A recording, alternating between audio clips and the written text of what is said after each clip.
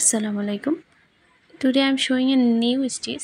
আসলে নিউ না, এটা আপনারা আরও অনেক পেজ বা চ্যানেলে দেখে থাকতে পারেন এর আগে, কিন্তু আমার চ্যানেলের জন্য এটা নতুন।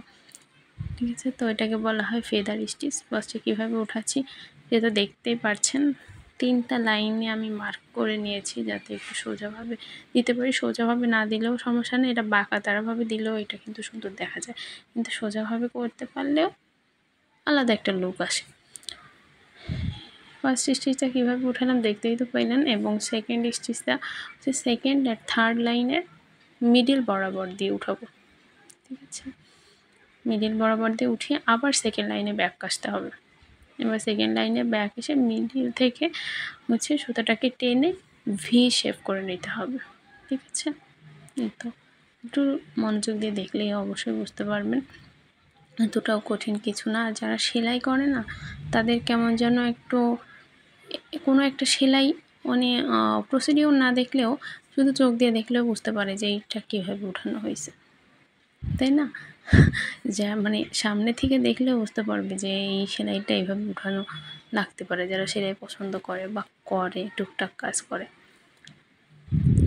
তো এবার আবার সেকেন্ড লাইনে ফিরে আসছি। আবার সেকেন্ড লাইনে ফিরে মানে ফার্স্ট লাইনে ফিরে আসছি। ফার্স্ট লাইনের ফার্স্ট এবং সেকেন্ড লাইনের মিডিল বরাবর উঠাবো এবং সেকেন্ড লাইনের উপর দিয়ে উঠিয়ে ভি শেপ করে টেনে নেব। এই তো সেম প্রসিডিউর, শুধু এদিকে আর ওদিকে। ঠিক আছে, এটাকে লুপ স্টিচও বলা হয়ে থাকে। এই যে ছোটো ছোটো লুপ পড়ছে, তো লুপ পরে আবার আমি টেনে নিয়ে আসছি রাইট লেফট করে। এই জন্য এটা এক ধরনের লুপ স্টিচ। লুপ স্টিচ আসলে অনেক রকমের আছে, এটাও এক মানে লুপ স্টিচের মধ্যে one kind of loop stitch. Loop স্টিচই বলা যায় না, কিন্তু একটা কাইন্ড লুপ স্টিচের। ওকে, তো এটা কোথায় কোথায় করা যাবে? এটা ধরেন জামার হাতায় বা জামার নিচে বা প্যান্টের নিচে এগুলো করা যাবে, করলে কিন্তু ভালোই লাগবে। আর লাস্টে লুকটা দেখলে বুঝতে পারবেন, এরকম তো থাকবে না, এর মাঝখানে একটা দুটো ফ্রেঞ্চ নট দিয়ে দিলে এর লুকটাই চেঞ্জ হয়ে যাবে, মনে হবে ডালে পাতা, কি সুন্দর সুন্দর ডাল পাতা আর ফুল, তাই সেটা মনে হবে। ওই সবুজগুলোকে পাতা মনে হবে, আর মাঝখানে যে ছোটো ছোটো ছোটো ছোটো ওই ফ্রেঞ্চ নটগুলো দিব, ওগুলো হলো গিয়ে ফুলের মতো দেখা যাবে। আর আমি এসব কাজে যে কোনো সেলাইতে আমি সবচেয়ে বেশি পছন্দ করি সুতির লাচ্ছি সুতা। ঠিক আছে, সুতির লাচ্ছি সুতা দিয়ে কাজ করতে যেমন সুবিধা, তেমন কালারটাও সুন্দর আসে। আমার কাছে মনে হয় যে ওই রেশমি সুতা বা সিল্ক সুতা যাই বলেন না কেন, ওর দিয়ে কাজ করতে আমার কাছে খুবই হ্যাসেল লাগে।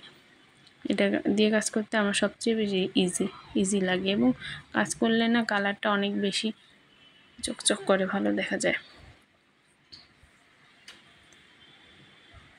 এই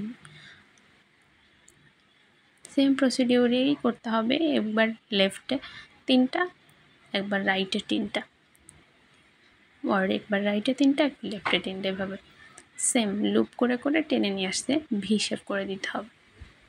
জাস্ট এবার এটা হলো লাস্ট স্টিচ দেওয়ার পরে আমি ছোট ছোট ফ্রেঞ্চ নট দিব। ফ্রেঞ্চ নট অবশ্যই আপনারা আগে আমার অনেকগুলো ভিডিওতে আপলোড করা আছে। ফ্রেঞ্চ নট দিয়ে দিলে এর লুকটাই চেঞ্জ হয়ে যাবে, মাশাআল্লাহ অনেক সুন্দর। আমি একটু স্লো করে করে দেখাচ্ছি, কারণ অনেক দ্রুত দেখালে না আপনারা বুঝতে পারেন না, আবার স্লো দেখালে ভিডিও বড় হয়ে যায়, দেখতে চান না। একটু কষ্ট করে দেখে নেবেন। আর এটা হলো সেলাইটার লাস্ট ফাইনাল লুক, কেমন হয়েছে জানাবেন।